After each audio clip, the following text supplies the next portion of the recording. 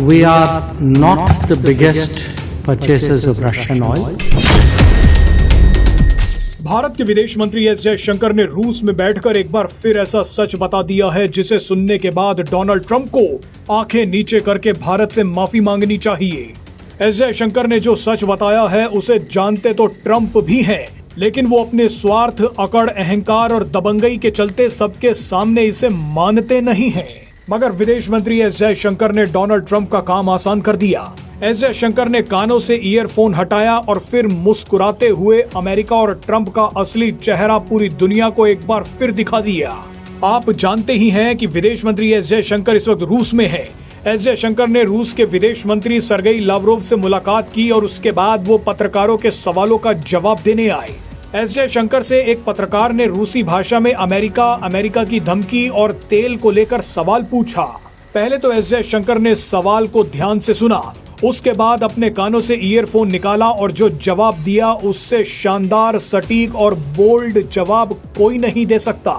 S Jaishankar का एक एक शब्द आपको सुनवाएंगे, लेकिन पहले समझ लीजिए कि उन्होंने बोला क्या है। एस जयशंकर ने कहा कि मैं एक बार फिर बता देता हूं कि हम रूसी तेल के सबसे बड़े खरीदार नहीं हैं। रूस से सबसे ज्यादा तेल चीन खरीदता है। हम रूस से लिक्विफाइड नेचुरल गैस यानी LNG खरीदने वाले भी सबसे बड़े ग्राहक नहीं हैं, वो भी शायद यूरोपियन यूनियन है। हम वो देश भी नहीं हैं जिसका 2022 के बाद रूस के साथ सबसे ज्यादा व्यापार हुआ हो। जयशंकर ने कहा कि हम तो वो देश हैं जो अमेरिका से भी तेल खरीद रहा है और इसकी मात्रा को बढ़ा भी दिया है। मैं आपको बता दूं कि अमेरिका ने ही हमसे कहा था कि वैश्विक एनर्जी मार्केट को स्थिर रखने के लिए अगर रूसी तेल खरीदना पड़े तो आप खरीद सकते हैं। लेकिन अब देखिए कि अमेरिका के सुर कैसे बदल गए हैं। एस जयशंकर ने सीधे सवाल का सीधा और सटीक उत्तर दिया। ऐसा ही सवाल कुछ समय पहले अमेरिकी राष्ट्रपति डोनाल्ड ट्रंप से भी पूछा गया था, लेकिन डोनाल्ड ट्रंप सवाल सुनते ही बौखला गए। उन्होंने जानबूझकर इसका जवाब नहीं दिया। आइए अब आपको सबसे पहले विदेश मंत्री एस जयशंकर का जवाब सुनवाते हैं। उसके बाद आपको दिखाएंगे कि ऐसा ही सवाल सुनकर डोनाल्ड ट्रंप की हालत क्या हुई थी। торговое соглашение на более выгодных для них условиях. Спасибо.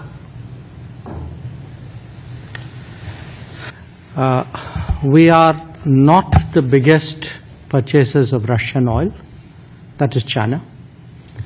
We are not the biggest purchasers of Russian LNG. I'm not sure, but I think that is the European Union. We are not the country which has the biggest trade surge with Russia after 2022. I think there are some countries to the south. We are a country where actually the Americans said for the last few years that we should do everything to stabilize the world energy markets, including buying oil from Russia. Incidentally, we also buy oil from America, and that amount has been increasing. So, quite honestly, we are very perplexed at the logic of the argument that you had referred to. India says that the US imports Russian uranium, chemicals, fertilizers, while criticizing their energy imports. Your response to that, sir? I don't know anything about it. I'd have to check, but we'll get back to you on that. Yeah, please. Zee News.